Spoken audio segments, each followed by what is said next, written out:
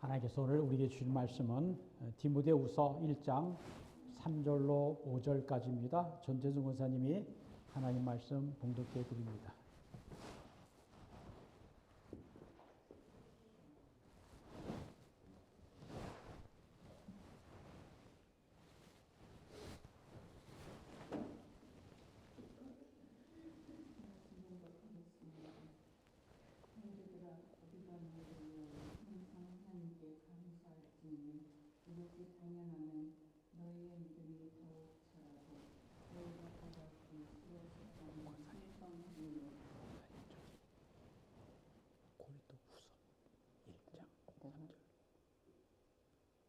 고린도? 아니죠. 디모데후서. 예.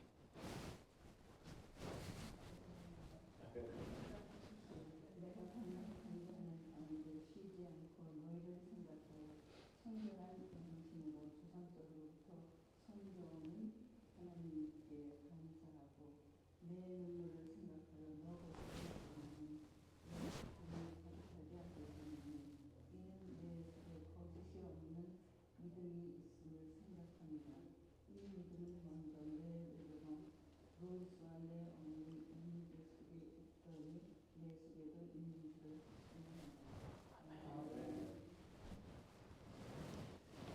할렐루야. 오늘 우리가 5월 둘째 주일 어머니 주일로 지키면서 어머니의 사랑과 은혜를 기리려고 합니다. 영국 문화협회가 100여 개국 국가에 약 4만 명의 대상으로 실시한 가장 아름다운 말에 관한 설문조사에서 mother, 엄마, 어머니라고 하는 말이 1등을 차지했다고 합니다. 따뜻함과 조건 없는 사랑을 상징하는 어머니란 말이 가장 높은 점수를 받은 것입니다. 하지만 안타깝게도 father, 아버지, 아빠라는 단어는 100위권 안에도 들지를 못했습니다. 이 세상에서 가장 아름다운 말이 있다면 그것은 어머니라고 하는 말입니다. 누구든지 엄마, 어머니라는 이름을 부르면 가슴이 뭉클해지는 것을 느낍니다. 왜 그럴까요? 그 이유는 우리를 낳아 길러주신 어머니의 사랑과 은혜는 그 무엇과도 비교할 수 없이 크고 높고 깊고 넓기 때문입니다. 옛날 초등학교에 다닐 때 불렀던 어머님 은혜라고 하는 노래가 있습니다. 감리교 목사님이셨던 윤춘병 목사님이 쓴 가사에 박재원 목사님이 곡을 붙인 이 곡은 원래 어머니 날을 위해 만들어진 곡이 아니었습니다. 신앙의 자유를 찾아 북한에서 남한으로 내려온 윤춘병 목사님이 어머니에 대한 그리움과 고마움을 표현하기 위해 쓰여진 노래였습니다. 1945년 해방 직후 기독교 탄압을 피해 평안 남도에 가족을 남겨두고 남쪽으로 피신했던 윤춘병 목사님은 1948년 11월 어느 날 고열에 시달리며 신음하다가 어머니에 대한 그리움을 글로 표현했습니다. 높고 높은 하늘이라 말들 하지만 나는 높은 게 또 하나 있지. 낳으시고 기르시는 어머님 은혜. 푸른 하늘 그보다도 높은 것 같아. 2절입니다. 넓고 넓은 바다라고 말들 하지만 나는 넓은 게 또 하나 있지. 사람 되라 이르시는 어머님 은혜. 푸른 바다 그보다도 넓은 것 같아. 3절 하나님께 감사드리는 구절입니다. 산이라도 바다라도 따를 수 없는 어머님의 그 사랑, 거룩한 사랑, 날마다 주님 앞에 감사 올리자. 사랑의 어머님을 주신 은혜를. 목사님답게 어머니 은혜, 하늘만큼 높고 바다보다 넓은 그 은혜는 한이 없지만 그 어머니를 주신 하나님을 항상 찬양을 올리자라고 하는 노래입니다. 이 가사말처럼 어머니의 사랑과 은혜는 하늘만큼 높고 바다같이 넓은 것입니다. 우리가 태어나서 가장 먼저 배우는 말은 어머니라고 하는 말이고 이 세상을 떠날 때 마지막으로 부르고 싶은 말도 어머니, 엄마라고 하는 말일 것입니다. 우리 마음속에 항상 그립고 가장 보고 싶은 사람은 어머니입니다. 사람은 누구나 어머니 뱃속에서 10달 있다가 세상에 나왔고 어머니의 품 안에서 젖을 먹고 자랐기 때문입니다. 가정의 구심점은 어머니입니다. 가정을 따뜻한 사랑의 가정이 되게 하는 것도 어머니입니다. 한 집안의 머리요 가장은 아버지일지라도 자녀를 키우고 밥해 먹이고 하는 일을 어머니가 하기에 어머니는 자녀들에게 절대적으로 중요한 존재입니다. 영국이 나온 세계적인 문호 윌리엄 셰익스피어는 이러한 말을 했습니다. 여자는 약하지만 어머니는 강하다. Women are weak, but mothers are strong. 어머니가 되기 전에 여자는 약하지만 아이를 낳고 어머니가 되면 강하게 되는 것입니다. 하지만 세상에서 내 마음대로 안 되는 것이 자식 농사라고 하는 말이 있습니다. 자식을 키우는 것이 얼마나 힘들고 어렵습니까? 하지만 성경이 가르치는 진리는 기도하는 어머니가 있는 한 자식은 바르게 자라고 믿음의 사람이 된다는 것입니다. 자식이 부모의 마음을 이해하지 못하고 방황하고 잘못된 길로 갈지라도 어머니가 기도하면 언젠가 회개하고 하나님께로 돌아오고 부모에게로 돌아오는 것입니다. 자녀의 신앙과 인격이 만들어지는데 가장 깊은 영향을 미치는 사람은 단연코 어머니입니다. 수많은 어머니들의 신앙과 사랑과 가르침이 자녀들에게 깊은 영향을 미쳤습니다. 모세도, 디모데도, 어거스틴도, 웨슬레도 어머니로부터 깊은 신앙의 감화를 받았습니다. 모세의 어머니 요게벳은 애굽 즉 이집트의 바로 왕이 히브리 여자가 남자 아이를 낳으면 모두 강물에 던져 죽이라고 했을 때 아이를 3개월 동안 숨겼습니다. 그녀가 더 이상 아이를 숨길 수 없을 때 그녀는 작은 갈대 상자를 만들어 물이 들어오지 않게 역청 즉 콜타르를 칠하고 아기를 그 바구니 안에 담아 강물에 떠나 보냈습니다. 갈대 상자는 바로의 딸 공주가 모욕하고 있는 곳으로 흘러갔습니다. 요게벳은 자기 아기가 살 희망은 바로 왕의 딸 공주에 의해 구해지는 것이었습니다. 요게벳은 쉬지 않고 기도했을 것입니다. 하나님 제발 내 아이 아니 하나님의 아이를 살려주세요. 하나님께서는 그 기도를 들으시고 응답하셔서 바로의 딸이 그 아기를 불쌍히 여겨 자기의 양아들로 삼고 그 아이의 이름을 물에서 건져내었다라고 하는 뜻의 모세라고 불렀습니다.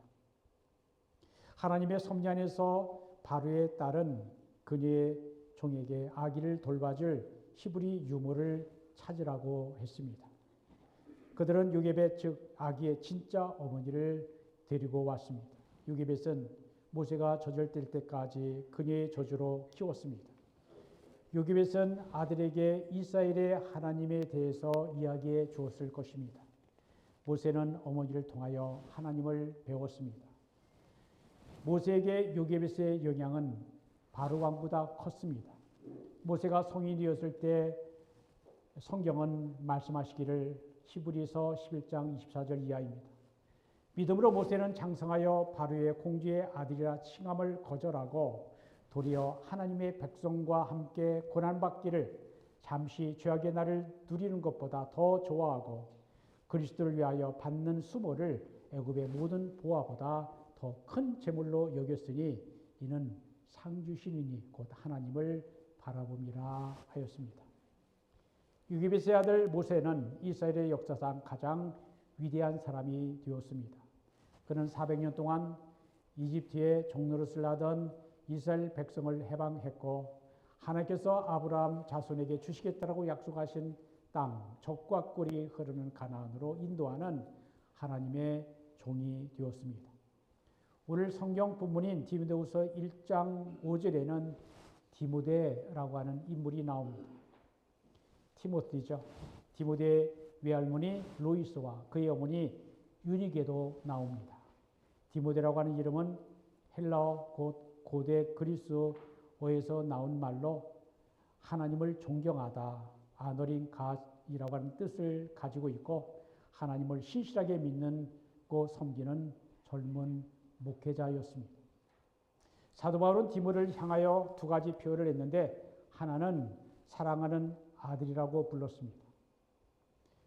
바울이 디모데의 영적 아버지가 되어 사랑하는 아들이라 부른 것입니다. 둘째는 동역자, 코워커라 했습니다. 디모데는 바울의 제2차 선교 여행에 합류하여 바울과 함께 복음을 전했습니다. 디모데의 육신의 아버지는 헬라인이었고 그의 어머니 유니게는 유대인이었는데 그 사이에서 디모데가 태어난 것입니다. 디모데가 예수님을 따르는 신실한 그리스도인이 된 것은 어려서부터 어머니 유니게와 외할머니 로이스의 영향을 받아 가정에서 신앙 교육을 받았기 때문입니다. 디모데의 고향은 소아시아 갈라디아 지방의 루스드라인데 그의 신앙과 성품은 그의 고향에서도 인정을 받았습니다. 바울은 디모데에게 거짓이 없는 믿음을 가진 자라 했습니다. 거짓이 없는 다는 말은 가미를 쓰지 않았다라는 뜻입니다. 거짓이 없는 믿음은 디모데의 할머니 로이스와 어머니 유니게 속에 있었고 디모데 속에도 있음을 확신한다라고 바울은 말했습니다. 아이들은 어머니의 거짓말을 금방 알아챕니다. 디모데가 거짓이 없는 믿음의 사람이 된 것은 어머니와 할머니가 거짓이 없는 믿음의 사람이었기 때문입니다. 신실하고 경건한 신앙의 사람들은 대개 신앙의 가정에서 철저하게 신앙교육을 받은 자들입니다. 그러므로 어렸을 때부터 신앙의 가정에서 부모를 통해 신앙교육을 받은 사람은 행복한 사람입니다. 신앙교육은 교회보다 먼저 가정에서 이루어져야 합니다. 쉐마 이스라엘, 곧 이스라엘에 들으라로 시작하는 신명기 6장 4절로 9절까지 읽어드립니다. 이스라엘에 들으라. 우리 하나님 여호와는 오직 유일한 여호와이시니 너는 마음을 다하고 뜻을 다하고 힘을 다하여 네 하나님 여호와를 사랑하라. 오늘 내가 네게 명하는 이 말씀을 너는 마음에 새기고 네 자녀에게 부지런히 가르치며 집에 앉았을 때든지 길을 갈 때든지 이 말씀을 강론할 것이며 또 그것을 내 손목에 매어 기호로 삼으며 네 미간에 붙여 표로 삼고 또 내 집 문설주와 바깥문에 기록할지니라. 성경은 자녀가 어렸을 때부터 집에서 철저하게 성경을 가르치는 것이 가장 확실한 길임을 말씀하고 있습니다. 디모데는 헬라인 아버지에게서 태어난 자이므로 할례를 받지 않았습니다. 본래 할례는 아브라함 때부터 시작된 것으로 이스라엘의 자손이 된 모든 남자는 태어난 지 8일 만에 할례를 받도록 되어 있었습니다.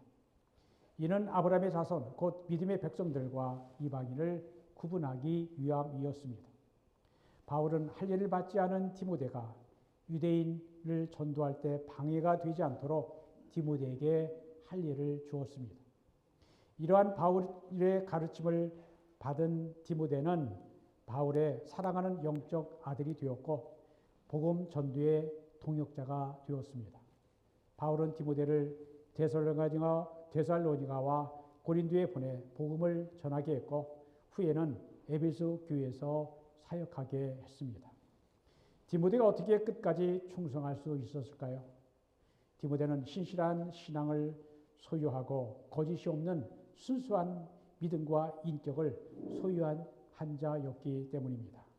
이것은 디모데가 스스로 신실해서가 아니라 외할머니와 어머니의 믿음을 물려받았고 그가 어렸을 때부터 어머니와 외할머니로부터 철저한 신앙력을 받았기 때문입니다. 디모데후서 3장 15절을 보면 디모데가 어려서부터 성령을 알았나니 라고 하는 말은 디모데의 어머니와 할머니가 디모데를 어렸을 때부터 성경 말씀으로 가르쳤다는 것을 알 수가 있습니다. 디모데의 어머니와 할머니는 디모데가 어렸을 때부터 식사할 때와 길을 걸을 때와 잠잘 때 한 분이신 하나님을 사랑하고 섬기라고 가르쳤을 것입니다. 우리가 믿음의 부모를 만나는 것은 행복한 일입니다. 이것은 우리의 선택이 아닌 하나님의 섭리 안에서 이루어지는 은혜인 것입니다. 그리고 세상에서 사는 동안 좋은 친구를 만나는 것도 행복한 일입니다. 힘을 합하여 함께 일하는 좋은 동역자를 만나는 것도 큰 축복입니다. 후에 디모데는 바울과 함께 로마 감옥에 투옥이 되고 끝까지 복음을 전하다가 순교했다라고 전해지고 있습니다. 디모데는 어려서부터 신실한 신앙의 가정에서 태어나 철저한 신앙 교육을 받고 자란 까닭에 그가 바울과 동역할 때에는 젊은 나이였음에도 불구하고 그는 신실한 믿음의 성품으로 사람들에게 칭찬과 존경을 받는 젊은 목회자였습니다. 디모데는 성경에 누구보다도 많이 나옵니다. 디모데는 사도행전, 로마서, 고린도전후서, 빌립보서, 골로새서, 데살로니가 전후서, 디모데 전후서,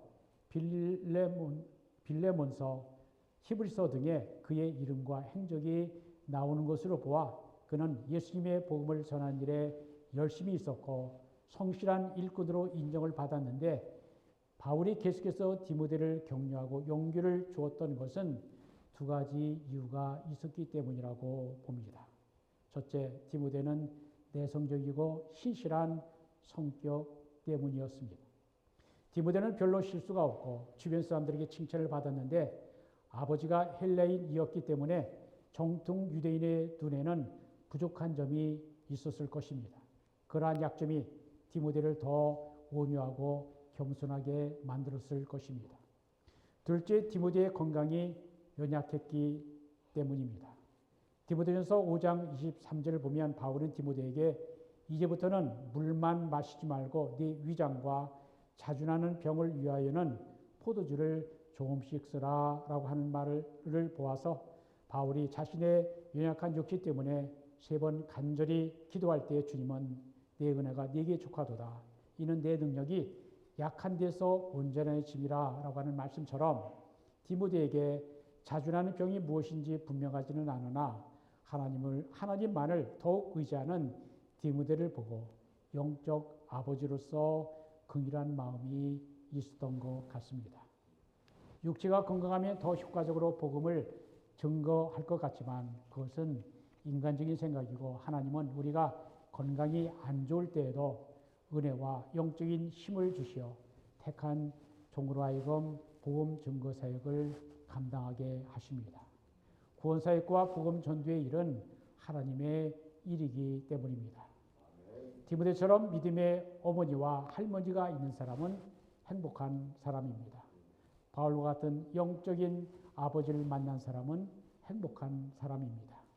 신앙교육은 먼저 집안에서 시작해야 합니다. 이제부터는 방탕한 아들을 위해 눈물의 기도를 올려드렸던 한 여인, 어거스틴의 어머니 모니카 이야기를 하겠습니다. 어거스틴이 훌륭한 하나님의 종이 된 데는 무엇보다도 어머니의 눈물이 있었기 때문입니다.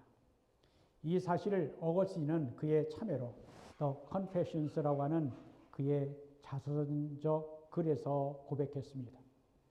모니카는 아들 때문에 슬픔과 아픔, 고통의 눈물을 흘렸습니다. 30여 년 동안 슬픔과 아픔의 눈물을 흘렸습니다. 그런데 그 눈물이 나중에는 큰 기쁨이 되었고 큰 행복이 되었습니다. 어거스틴의 어머니 모니카는 어거스틴의 생애에 깊은 영향을 미친 경건한 여인이었습니다. 모니카는 인내와 온유의 성품으로 사람들을 화해시키고 눈물의 기도로 사람들을 하나님께로 인도하는 놀라운 삶을 살았습니다. 모니카는 인내와 기도로 그의 남편을 하나님께로 인도했고 자기를 오해하고 미워하던 시어머니도 인내와 온유로 굴복시켰습니다. 어거스틴의 말입니다. 그녀는 곧 모니카는 우리 모든 사람을 섬겼는데 마치 그녀가 우리 모두의 딸인 것처럼 행세했습니다. 모니카는 아들 어거스틴을 깊이 사랑했습니다. 아들의 영적 생명을 출생시키기 위해 모니카는 해산의 고통을 겪었습니다. 아들의 영적 거듭남을 위해 해산의 고통을 경험한 것입니다. 어머니 모니카는 아들을 위해 끊임없이 눈물을 흘렸습니다. 어거스틴은 17살 때 고향 타가스테를 떠나 칼타고로 가서 12년 동안 그곳에 머물며 이름 모르는 여자와 동거하는 정욕의 죄를 위해 빠졌고 마귀를 따르는 이단에 빠졌습니다. 아들 어거스틴의 타락을 보면서 어머니 모니카는 절망과 고통과 탄식의 눈물을 흘리며 죽음 같은 삶을 살았습니다. 어거스틴은 28살 때에는 더 큰 세상의 출세를 향하여 칼타고를 떠나 로마로 가게 되었는데 어머니 모니카를 속이고 떠났습니다. 어머니는 실로 내가 떠나간다는 말을 듣고 죽음과 같은 괴로움에 사로잡혀 해변까지 나를 따라오셨습니다. 어머니는 나를 부여잡고 다시 집으로 돌아가든지 로마로 가려면 같이 가든지 하자고 애걸하셨습니다. 그러나 나는 나의 친구가 항구를 떠나는 것을 전송해야 한다고 하는 구실을 들어서 어머니를 속였습니다. 나는 이렇게 나의 어머니에게 거짓말을 한 것이었습니다. 어머니는 나 없이는 집으로 돌아가지 않겠다고 하셨지만 나는 어머니를 간신히 설득시켜 그 근처에서 밤을 지내도록 하였습니다. 바로 그날 밤 나는 어머니 품을 빠져나왔습니다. 어머니는 계속 기도하시면서 우셨습니다. 그리하여 어머니는 고향으로, 나는 로마로 가게 된 것이었습니다. 그러나 어거스틴은 로마에서 불행한 한 해를 보냈습니다. 그는 로마에 도착하자마자 위험한 질병에 걸렸습니다. 그는 참회력에서 몹시 괴로운 어투로 그 질병을 어머니 모니카를 버린 죄값으로 온 질병의 채찍이라고 고백했습니다. 어거스틴은 2년 후인 384년 가을에는 로마를 떠나 밀란으로 갔습니다. 아들 어거스틴이 밀란으로 갔다라고 하는 소식을 들은 어머니 모니카는 아들을 찾으러 밀란까지 달려왔습니다. 어거스틴의 31살이 되던 385년 봄이었습니다. 어거스틴은 밀란의 교회 감독입니다. 암브로스를 만났고 그에 대한 호감을 지니게 되었다는 것을 발견하고 모니카는 너무 기뻤습니다. 아들의 손을 붙잡고 암브로스 감독에로 달려가서 함께 암브로스의 설교를 생수같이 마셨습니다. 그리고 아들의 영혼을 위해서 울며 눈물로 기도를 했습니다.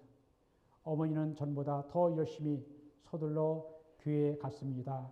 그리고 암브로스의 말씀을 마치 생수처럼 들이켰습니다. 어머니는 그를 하나님의 천사처럼 사랑했습니다. 내가 이렇게 마음이 움직이는 지경에 이르게 된 것도 그분 때문이라는 것을 알았기 때문입니다. 모니카는 암브로스 감독에 대해서 아들을 감화시키고 그의 설교로 변화가 왔다라고 하는 것을 알고 감사했던 것 같습니다. 모니카의 슬픔과 아픔과 고통의 눈물은 30여 년 동안 계속되었습니다. 그리고 마침내 그 슬픔의 눈물이 기쁨과 행복으로 바뀌었습니다. 어머니 모니카는 아들 어거스틴이 32살 때인 밀란의 어느 집 정원 무화과 나무 아래에서 눈물을 흘리면서 하나님 품으로 돌아오는 모습을 발견하고 모니카는 기쁨과 행복에 겨워 어찌할 바를 몰랐습니다. 인용으로 읽어드립니다. 그 후에 우리는 어거스틴의 말입니다. 내 어머니에게 가서 무엇이 일어났는지에 대해서 말씀을 드렸습니다. 그랬더니 어머니께서는 기뻐서 어쩔 줄을 모르셨습니다. 자초지종을 다 말씀드렸더니 어머니는 승리의 기쁨에 겨워 당신께 영광을 돌리셨습니다. 당신은 곧 하나님은 우리의 모든 희망과 꿈이 산산조각이 날 때에도 당신의 목적을 이루실 만큼 충분한 능력, 아니 그보다도 더 넉넉한 능력을 가지셨습니다. 그녀는 당신께서 그녀가 가엾고 슬프게 탄식하며 간구했던 것보다 훨씬 더 많은 것을 허락하신 것을 알았습니다. 그렇게 당신은 나를 당신께로 돌이키셨습니다. 당신은 여러 해 전 이미 내 어머니에게 꿈을 통하여 내가 신앙의 규칙 위에 서 있는 것을 보여주셨습니다. 당신은 어머니의 슬픔을 기쁨으로 바꾸셨습니다. 그것은 어머니의 어떤 수건이 이루어질 때보다 훨씬 더 풍성한 기쁨이었습니다. 어머니가 내 몸에서 날 육체의 자식들에게 얻을 것이라고 기대했던 그 어떤 기쁨보다 더 아름답고 순수한 기쁨이었습니다. 어시는 자기가 참에 회심하게 된 것은 오직 어머니의 기도 때문이라고 고백했습니다. 어거스틴의 또 말입니다. 그것은 어머니의 기도 때문입니다. 난 이 사실을 주저없이 인정합니다. 즉 하나님께서 내게 진리 발견이 무엇보다 중요하다는 마음, 그 밖에 아무것도 바라지 않고 그 밖에 아무것도 생각하지 않고 그 밖에 아무것도 사랑하지 않도록 된 마음을 주신 것은 어머니 기도 덕분입니다. 그렇게 큰 유익을 볼 수 있도록 한 것이 어머니의 기도였다는 것을 나는 의심치 않습니다. 모니카는 아들의 회심을 한 후에 아들이 세례받고 고향 사람들이 섬기는 하나님이 종이 되기 위해 밀라는과 로마를 떠나 아프리카로 돌아가는 길에 아들과 다음과 같은 대화를 나누었습니다. 우리가 머물고 있는 집에서 정원을 바라보는 한 창문턱에 기대한 채 조용히 서 있었습니다. 우리는 거기서 많은 말을 주고받았습니다. 어머니와 나 단둘이서 그윽한 기쁨을 나누며 우리가 그분 곧 하나님의 지혜를 생각하면서 그것을 헐떡거리며 사모하고 있을 때 한순간 우리는 진심을 기울여 그것을 붙잡았습니다. 우리는 육체의 어떤 소리도 아니요 천사의 소리도 아니요 천둥 소리도 아니요 비유의 어두움의 의미도 아닌 바로 그분의 곧 하나님의 음성을 듣게 되었습니다. 그분의 음성을 들었습니다. 어머니와 아들은 땅에 발을 붙이고 있으면서도 이미 천국을 맛보고 있었습니다. 모니카의 기쁨과 행복은 최고조에 달했습니다. 그로부터 보름 이내에 모니카는 세상을 떠났습니다. 9일간 병상 생활을 하던 모니카는 간혹 눈을 떠서 아들을 축복했습니다. 어거스틴의 말입니다. 나는 내 손으로 어머니의 눈을 감겨드렸습니다. 청량할 수 없는 슬픔이 가슴이 메었습니다. 눈물이 펑펑 쏟아질 뻔했습니다. 나는 이제 어머니가 주는 커다란 위로를 잃고 말았습니다. 어머니가 매장되던 날 나는 종일 무거운 슬픔을 참고 있었습니다. 나는 주님의 여정에 대한 과거의 감정을 회복하기 시작했습니다. 어머니가 주님과 대화할 때 얼마나 경건하고 사모하였는지를 기억했습니다. 어머니가 나와 대화할 때 얼마나 부드럽고 자상하였는지 기억했습니다. 그런 기억을 되살리며 주님 당신 앞에서 어머니에 대해서 또 어머니를 위해서 나에 대해서 또 나를 위해서 울면서 위로를 얻었습니다. 주 388년 모니카의 아들이 고향으로 돌아와서 하나님의 종으로 아프리카 사람들을 섬기기 시작했습니다. 어거스틴은 76세의 세상을 떠나기까지 아프리카의 무지하고 불쌍한 사람들을 하나님께로 인도하기 위해서 모든 정성을 쏟아 바치면서 그들을 섬겼고 무엇보다 하나님을 향한 사랑과 섬김의 삶을 살았습니다.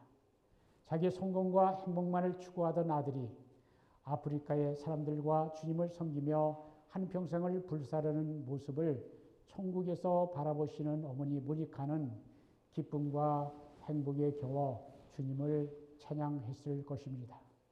또한 아들 어거스틴이 젊어서는 자신만만했었는데 히프에 감독이 된 중년의 어거스틴이 자기의 무능과 죄성을 깊이 회개하는 참회의 사람이 된 것을 천국에서 바라보는 모니카는 기쁨과 행복에 겨워 주님을 찬양했을 것입니다. 어거스틴은 이렇게 고백했습니다. 나는 망할 자이옵니다. 주님이시여 나를 불쌍히 여기소서. 나의 악한 슬픔이 나의 선한 기쁨과 싸우고 있는데 승리가 어느 편에 돌아갈지 나는 알지 못합니다. 나는 망할 자이옵니다. 주님이시여 나를 불쌍히 여기소서. 나는 망할 자이옵니다. 보시옵소서. 나는 내 상처를 감추지 않습니다. 당신은 의사이시며 나는 병든 사람입니다. 어거스틴은 참회류의 마지막 부분에서 천국을 바라보며 사모하면서 다음과 같이 하나님의 평화를 간절히 간구했습니다. 오 주 하나님, 당신의 평화를 주시옵소서. 평온의 평화를 주시옵소서. 안식의 평화를 주시옵소서. 저녁이 없는 평화를 주시옵소서.